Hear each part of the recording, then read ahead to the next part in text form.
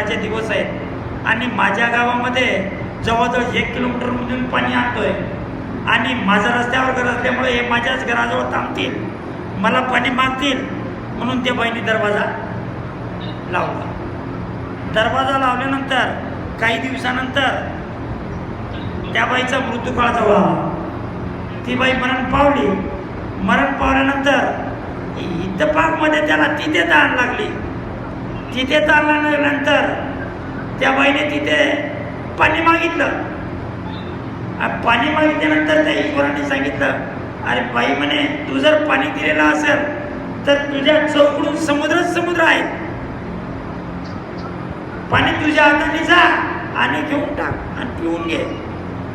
ज्यावेळेस समोर गेली आणि पाणी प्यायचं तर काय झालं, सगळं त्यात पाण्याचं रूपांतर कशामध्ये झालं, म्हणजे वेगळ्या पाण्यामध्ये झाला, म्हणजे गढूळ पाण्यामध्ये झाला. आता ज्यावेळेस आपण हे करत नाही त्याची माती गायल्या जात नाही. हे जर पुण्याचं काम करत नसेल तर समजून घ्या त्यामध्ये आत्मेत समजून घ्या की त्यात तो हे 2 ब्रह्म बघतात, यांचं गट आणि समोरच्यांचं गट, हे 2 गट आहेत. आणि 2 गट असल्यामुळे यांना कधी ईश्वर दिसत, ईश्वरचं स्वरूप बघण्यासारखं आहे. कारण की या जीवात्म्याला आपण काय केलेलं आहे, या जीवात्म्याला आपण जाणून घेत नाही. एकदा एक साधक होते आणि त्या साधकांनी काय केलं, एक वाघाचं पिल्लू पाळून घेतलं. त्या वाघाच्या पिल्ल्याला त्यांनी पाळलं.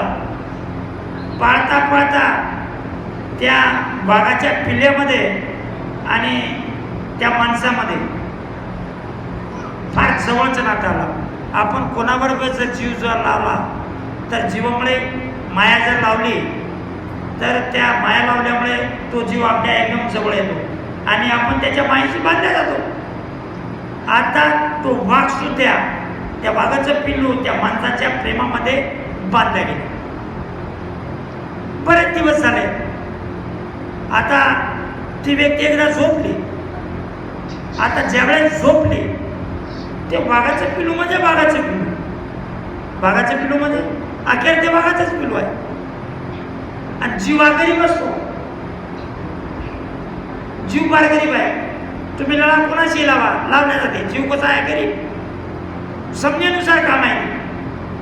आता ज्यावेळेस तो साधक झोपला तेव्हा ते वाघाचं पिल्लू होतं. आता त्या मायेने त्याचा हात कुरवाळत होता. तो कोणत्या वाघाचं पिल्लू त्या माणसाचा हात कुरवाळत होता. कुरवाळता अचानकपणे त्याची जीभ त्याच्या हातावर गेली. आता ती वाघाची जीभ होती. वाघाची जीभ कुरवाळत ज्यावेळेस ते चाटता त्या साधकाचं रक्त निघालं. आता तो वाघ आहे. रक्त निघाल्याबरोबर काय होईल, त्या वाघाच्या रक्त तोंडी लागलं आणि तो माणूस जागा झाला. जागा झाल्याबरोबर आता त्या वाघाच्या पिल्ल्याला तो सांगत होता, अरे चूप बस, अरे चूप बस. नेहमीची गोष्ट होती, कारण की तो मायेचा होता, जवळचा होता. चूप बस, चूप बस. पण तो चूप बसत नव्हता. आता कुत्रं ज्या पद्धतीने गुरकावते समोरच्या व्यक्तीवर, त्या पद्धतीने तो वाघाचं पिल्लू सुद्धा त्या माणसावर गुरकावण्यासारखा झाला. अरे म्हणे, रात्रंदिवस तुझे माझे प्रेमाचे संबंध आहेत, तू माझ्यावर का गुरकावतोस. आता ते वाघाचं पिल्लू त्याच्या तोंडी ते रक्त लागलेलं. याच पद्धतीने यमाच्या ते यम आहे वाघाचं पिल्लू आणि माणूस कोण आहे, त्या माणसासारखा. तो जीवात्मा कोण आहे, त्या माणसासारखा. आता याचं काय केलं आहे, याचा जीवनाला लागला कोणासोबत, त्या यमासोबत. आता यम काय विचार करत का हो. आता ज्यावेळेस हा मारायला गेला त्यावेळेस काय केलं त्यानं, गुरकावल्याबरोबर हा वाघाला सांगत होता, अरे चूप बस. त्या वाघाने त्याच्यावर झडप टाकली, त्या माणसाला मारून टाकलं. तो माणूस मेला. कशामुळे मेला, मायेमुळे. यामुळे तुमचा आणि माझा गट 2 मायेचा असल्यामुळे आपण समजत नाही. 2च ब्रह्म एक ब्रह्म जाणत. एक ब्रह्मासाठी माणूस महाराज सांगतात आपल्या गटामध्ये 8 गोष्टी उगवायला पाहिजे. किती गोष्ट उगवायला पाहिजे? 8. महाराज सांगतात त्यामध्ये शील साच संतोष भाव प्रीत चित लीन के सुखराम दया गट जरणा 8 अंग याची.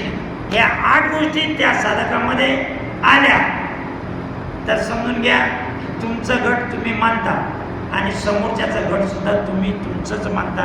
यामध्ये तुम्ही अंतर करत नाही. हे अंतर करणारे कोण आहेत? अंतर करणारे ज्ञानी असतात. ज्ञानी आणि अडाणी याच्यामध्ये फार मोठं अंतर आहे. अडाणीला ईश्वर जवळ बात करून घेतो, फार लवकर करून घेतो. पण ज्ञानी माणसाला जवळ करण्यासाठी त्याला काळ द्यावा लागतो. महाराज सांगतात की ज्ञानी सो आधीन होय ले ले आवे संग. ज्ञानी सो आधीन होय ले ले आवे संग. जे ज्ञानी असेल ना ते एकाच्या आधीन होऊन जातात. कशाच्या? तर त्या ज्ञानाच्या. कशाच्या अधीन होतात ते? जसे की एखादा व्यक्ती दारूच्या अधीन होऊन जातो, त्याला दारूच महत्वाची वाटते. अशा पद्धतीने ज्ञानी हा ज्ञानाच्या अधीन झालेला असतो आणि तो ज्ञानालाच घेऊन सोबत असतो. ज्ञान हा आधार आहे. फक्त कशासाठी? तर परमेश्वरासोबत जाण्यासाठी फक्त आधार आहे. ते काय? उर्दू भाषेमध्ये त्याला इल्म सांगतात. इल्म नाम टेका. या टेक्याच्या आधाराने आपण जर ईश्वराजवळ जायचा प्रयत्न केला तर आपलं चुकीचं होते. ईश्वर बेआधारी आहे, निराधार आहे. तो निर्गुण आहे, त्याच्यामध्ये गुण नाही. तुम्ही जर सांगाल रस सत्व रस तम हे 3 गुण त्याच्यामध्ये सापडत नाही. तो निर्गुण आहे, तो निराधार आहे, तो निर्लेप आहे. आता आधार घेऊन जर गेलो आपण तिथं जमत नाही. सो अंतर की रेसवा जो तो करते भंग. ज्या पद्धतीने संगतीमध्ये आपण असं तसं म्हणजे काहीतरी करून येण्याचा प्रयत्न करतो, त्याच पद्धतीने मला सांगतात ज्या आपल्या अंतःकरणामध्ये जे ज्ञानी आहेत त्या ज्ञानाच्या अंतःकरणामधील जे अंतर आहे, त्या अंतरची जी रेष आहे, त्या ज्ञानाने काय करायला पाहिजे? कसं तरी करून आपल्या स्वभावाला मुरगाळून किंवा आपल्या स्वभावाला शांत बसवून त्याला भंग करायला पाहिजे. त्याच वेळेस तुम्हाला 2 आत्मे एक दिसतील आणि हे 8 अंग ज्यावेळेस त्या साधकामध्ये येतील त्याच वेळेस त्याची जी स्टेप आहे, जी पायरी आहे, त्या ज्ञानीवर येते. आणि ज्ञानीवर एकदा का जर आली तर महाराज त्या ज्ञानीला त्या ज्ञानीची स्टेप धरून ज्ञानाच्या वरची भाषा सांगतात महाराज.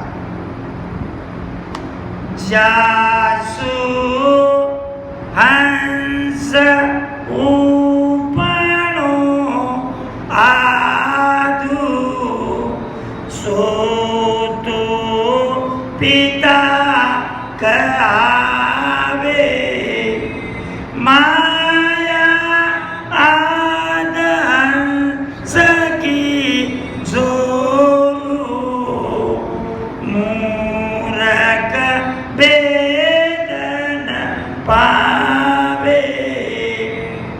या 2 न्यासू अगम अगोचर सत्य स्वरूप सुन होई रिदन सिद्ध नहीं संवाके ज्ञान रूप हो जोई. ज्ञानी कळा ज्ञान ज्ञान बळवाके ज्ञान रूप रंग जाणो ज्ञान खाण पीळ सुसारा ज्ञान दे पकडो. आता ही ज्ञानाची वरची परिस्थिती आहे. ज्यावेळेस तो ज्ञानी अशा पद्धतीचा होऊन जाईल. कशा पद्धतीचा? ज्ञानही खाण ज्याचं जर खाण म्हणजे खाणे, त्याचं खाणं जर ज्ञानच असेल, पिणं जर ज्ञानच असेल, आता जर या परिस्थितीची, जर साधकाची परिस्थिती झालेली असेल, ज्ञानीची परिस्थिती झालेली असेल, तर तो ब्रह्मज्ञानीमध्ये समाविष्ट होतो, नाहीतर तो ब्रह्मज्ञानीमध्ये समाविष्ट होत नाही. तिथपर्यंत तो आणि तो म्हणजे दोन, हे तो जाणतोच. कारण की आपला गट आपण सांगतो, मराठीमध्ये एक म्हण आहे, आपला तो बाब्या आणि दुसऱ्याचा तो कारटा. तो तिथपर्यंत ते दोनच समजत असतो. कारण की ते कितीही म्हटलं तरी स्वतःच आणि परकच अपर भाव आहेच. पण कधी ही गोष्ट कधी होते पहा, भक्ती आणि धर्म ह्या दोन गोष्टी फार वेगवेगळ्या आहेत. भक्ती साधकाच्या एक लक्षणानुसार, एक भावानुसार आणि तिसरी गोष्ट श्रद्धेनुसार उत्पन्न होत असते. ही भक्ती भावसू उपजे. कशापासून भक्तीचा उत्पन्न झाला? तर भावापासून. भाव हा श्रद्धेचा विषय आहे. श्रद्धा जर असेल तर भाव असेल. तर ही भक्ती. आपण जर सांगितलं मी माझा धर्म बाळगतो, आता धर्म तर आपला रामसनी आहेच, यासाठी भक्ती करतो का? आता भक्तीमध्ये जर धर्म बाळगायचा असेल तर आता पहिला धर्म येतो मानवता धर्म. आपण फार मोठ्या धर्मामध्ये आहात. रामसनी धर्म फार मोठा आहे आणि त्यामध्ये त्याचीच आपण भक्ती करतो. जर भक्ती करत असू आणि जर एखादी व्यक्ती उपाशी आहे आणि त्या उपाशी व्यक्तीला आपण आपल्या दारासमोर बसला असताना त्याला विचारत नसेल तर आपला धर्म कुठला हो? आपला तो फार खालचा धर्म आहे. मानवता धर्म जर आपल्याला कळाला नसेल, मानवता धर्मच जर कळली नसेल तर भक्तीचा हा पुढचा विषय झाला. धर्म बी मागच राहिलं तुमचं. यासाठी धर्म जर करून घ्यायचा असेल तर यासाठी तुमच्या दोन गटामधील अंतर जे आहे ते तुम्हाला काही करून त्या ज्ञानाला किंवा त्या ज्ञानीला किंवा त्या साधकाला किंवा आपल्या धर्मातील प्रत्येक साधकाला हे पहिले अंतर कमी करावं लागेल. काही करा, जू तू करके, सो अंतर की रेशमा जू तू करके बंद. आता याला काय करायचं? आपल्याला बंद समाप्त करायचं आहे. आणि हे बंद करा. ज्यावेळेस हे बंद करणार नाही तिथपर्यंत तुमचा आणि तुमच्या समोरील व्यक्तीचा गट हे दोनच राहतील. आता महाराज सांगतात तो ब्रह्म कसा आहे? तर महाराज त्या साखेमध्ये सांगतात निरवर्त में ब्रह्म एक है, परव्रत में शून्य दो है, सत जाणो सुखराम के जिन घाटे जा होय.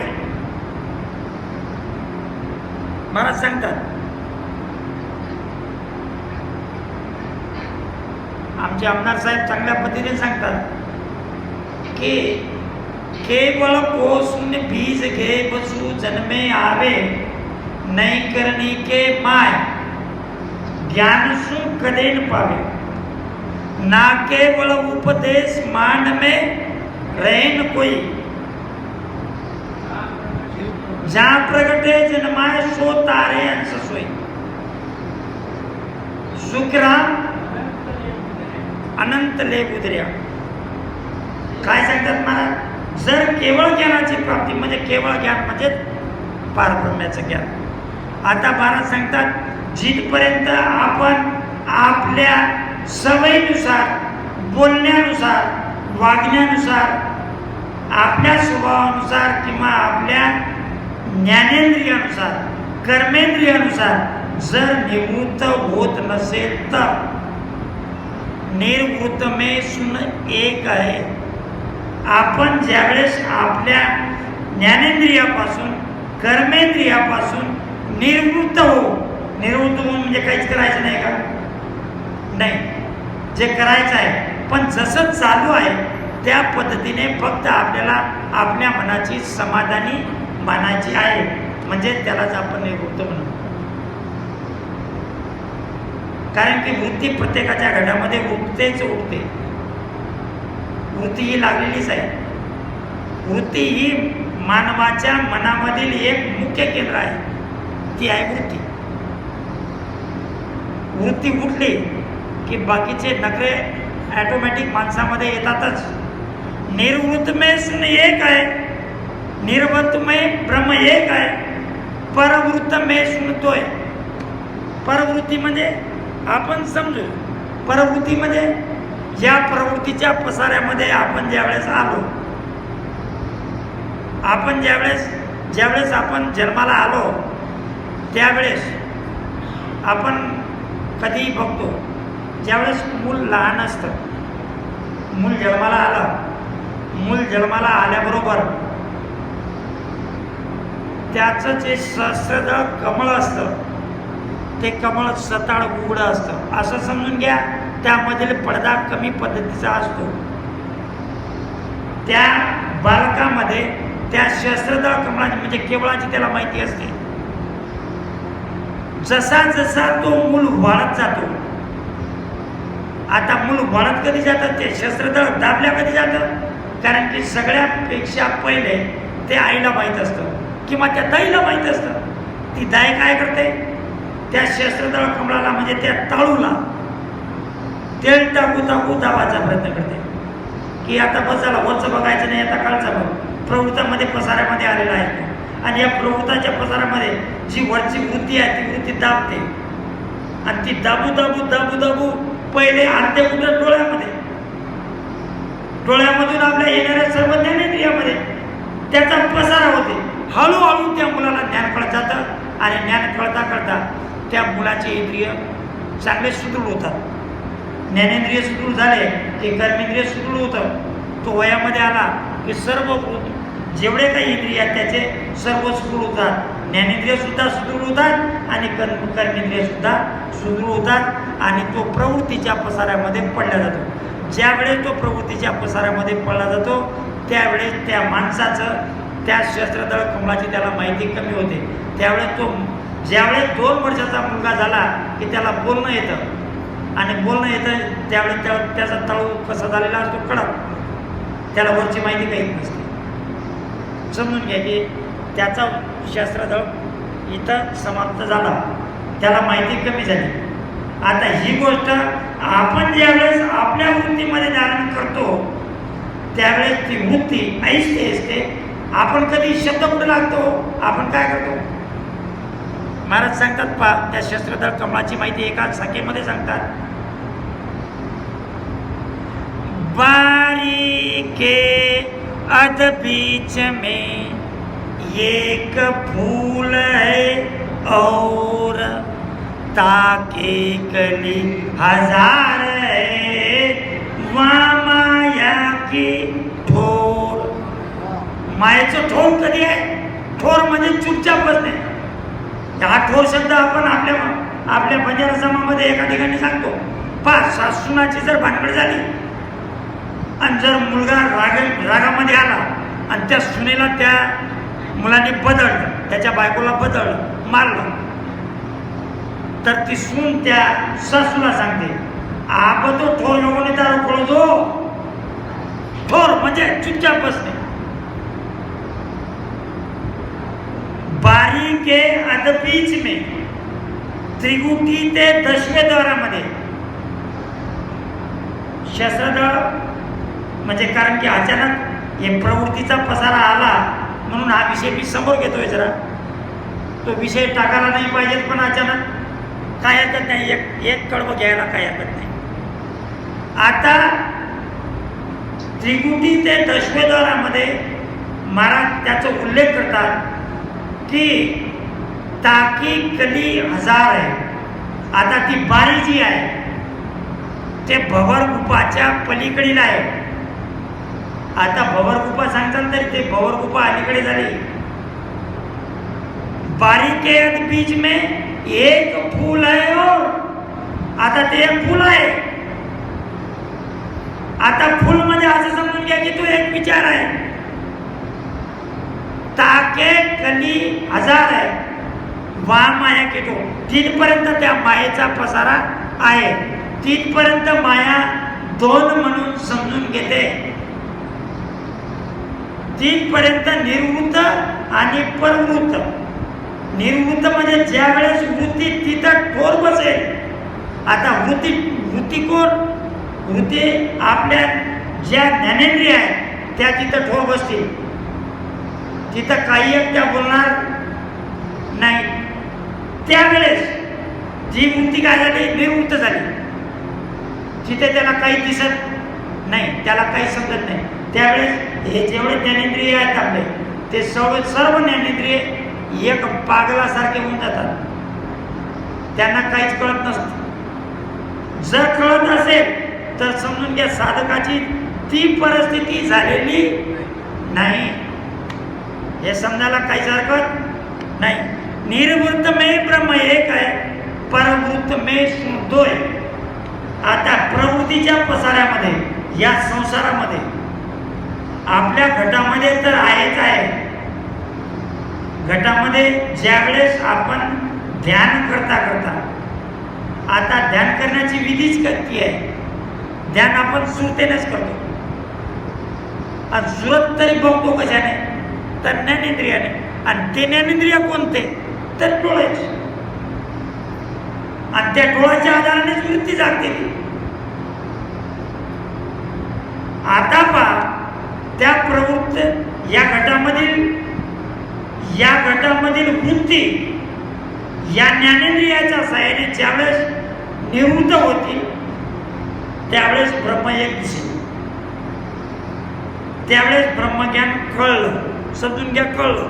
समजून घ्या तिथं आपण आंब्याची कोय लावली.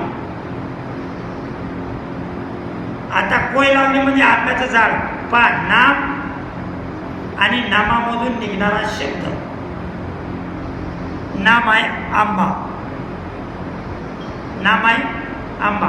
आंबा हे एक शब्द आहे, बरोबर आहे. आता आंबा या झाडाला केव्हा फळे लागतील? तेव्हा ते झाड त्याच्या वयामध्ये येईल, त्यावेळेस त्याला ते झाड लागेल. आता ते झाड लागलं, त्या झाडाला लागल्यानंतर आले फळ. आता फळ लागल्यानंतर आपण काय करतो? त्या फळाला नाम आपण काय सांगितलं? कोय तरी आंबा. कशाची कोय? आंब्याची कोय. झाड लागलं तरी नाम काय? आंबाच, बरोबर आहे. आणि त्या आंब्याच्या झाडापासून आला आंबा, बर आला आंबा, आणि लागल्यानंतर फळ लागलं. आता आपण कोणीही काय सांगू? ते काय आहे? ज्यावेळेस आहे तर आंबे, बरोबर. आताही काय सांगू? आंबेच. झाड होतं तेव्हाही आंबा. आपल्या घटामध्ये त्या ब्रह्मज्ञानाचं पहिले लावा लागल होय. त्या खोळापासून काय होईल? खोळाची उत्पत्ती. त्या खोळाला काय सांगू आपण? ब्रह्मच सांगू. आता त्या ब्रह्म्याला, त्या पेळाला, कोणत्या पेळाला? त्या ब्रह्मज्ञान रूपी पेळाला ज्यावेळेस फळरूपी आंबा येईल, म्हणजे आता काय आलं? नाम. पण आता नाम ते हे आलं का? त्या खोडापासून उत्पत्ती आपण मिळत होता का? काही खोडापासून नाही, पण आता मिळाला आंबा. आता ते आंबा कशामुळे तयार झाला? या कर्मामुळे. तुमचे कर्म कशा पद्धतीचे आहेत? आता त्या पद्धतीचे कर्म. आता जर तुम्ही कैरी हिरवी खाल्ली तर आंबट लागेल. जर परिपक्व जर झाला असेल तर कसं लागेल? आंबा गोड. परिपक्व आंबा खा. पूर्ण ब्रह्म्याची प्राप्ती करा, आणि त्या पूर्ण ब्रह्म्याच्या प्राप्तीपासून ते मिळणारं जे आंब्याचं फळ आहे ते तुम्हाला गोड लागेल. नाहीतर काय लागेल? कडू आंबट चवीनुसार लागेल. ते मोहन महाराज सांगत होते एक वाक्य, तुम्हाला आठवत असेल किंवा नसेल तो भाग वेगळा. कैरी कितने दिन चुपेगी, पत्ते के आड़ में एक दिन आएगी, बिकेगी बाजार. ती कितीही जरी तिथे लपण्याचा प्रयत्न करत असेल, कुठे तिथे म्हणजे त्या ब्रह्मज्ञानाच्या ठिकाणी, तरी ही बुद्धी जिथपर्यंत आपली निवृत्त करत नाही तिथपर्यंत त्या गोष्टीचा निरसन होत नाही किंवा ती निवृत्त होत नाही. आता या प्रवृत्तीच्या पसाऱ्यामधून ज्या वेळेस ही वृत्ती तुमच्या या इंद्रियाची वृत्ती ज्या वेळेस ठोर बसेल त्याच वेळेस तुम्ही प्रवृत्त पासून निवृत्त व्हाल. सत जाणव सुखराम कै जिन घाटे जो होय. आता जिन जिन हात महाराज सांगतात, जिन जिन हात आविया जैसा लोक तिथे अंश जाईल. पण एका ठिकाणी मी उदाहरण देतो, जिन घाटे जो होय. ज्या ज्या साधकाला ज्या ज्या गोष्टीपासून ज्या गोष्टीची प्राप्ती झाली असेल तो त्याच गोष्टीवर मान्यता देतो आणि त्यालाच मानतो आणि त्यानुसार तो चालतो. अशाच पद्धतीने ईश्वराचं सुद्धा स्वरूप आहे. घिसाव पुष्प जलमीन पंतो. कशा पद्धतीचे आहे? घिसाव पुष्प. आपण त्या तुपाचा स्वाद सांगू शकत, फुलाचा श्वास कसा आहे सांगू शकत नाही, त्याच पद्धतीने त्याच आहे. आता पहा, एक गाव होतं, त्या गावामध्ये